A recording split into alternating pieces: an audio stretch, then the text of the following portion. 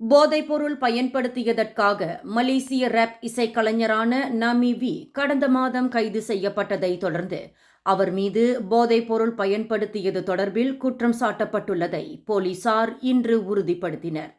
இதனிடையே நர்ஸ் காட்டஸ் என்றும் அழைக்கப்படும் தைவானிய பிரபலம் கோலாலம்பூரில் கடந்த அக்டோபர் 30 மரணமடைந்த சம்பவத்தில் தன்னை தொடர்புபடுத்தி வரும் செய்திகளை நமி வி பகிரங்கமாக மறுத்துள்ளார்.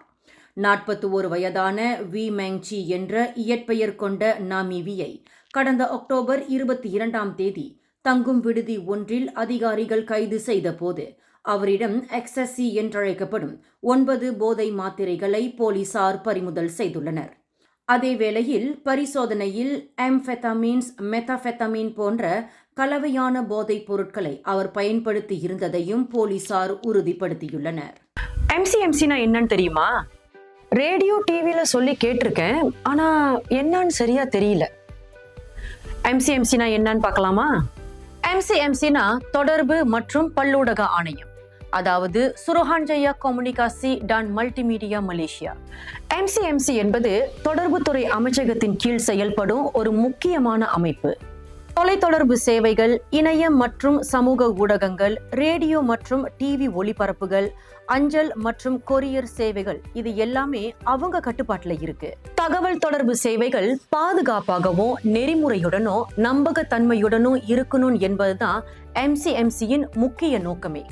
அந்த வகையில பொய்யான தகவல்களையும் சைபர் குற்றங்களையும் இணைய மோசடிகளையும் அவங்க தடுக்கிறாங்க. இணையத்துல பரவுகிற பொய்யான செய்திகள், சைபர் குற்றங்கள், இணைய மோசடிகள், சமூக ஊடகங்களின் மூலம் மக்கள் மத்தியில குழப்பத்தை ஏற்படுத்துற கருத்துக்கள், இது போன்ற விஷயங்களுக்கு நீங்க எம்சிஎம்சியில புகார் செய்யலாம்.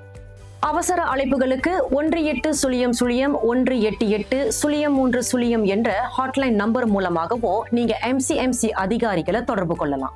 அடுவான் skmm@mcmc.gov.my என்ற மின்னஞ்சல் முகவரியிலும் நீங்க உங்க புகார்களை தெரிவிக்கலாம். புகார் செய்யறதுக்கு முன்னாடி உங்க ஸ்கிரீன்ஷாட், மெசேஜ், லிங்க் இதெல்லாம் சேர்த்து வச்சுக்கோங்க.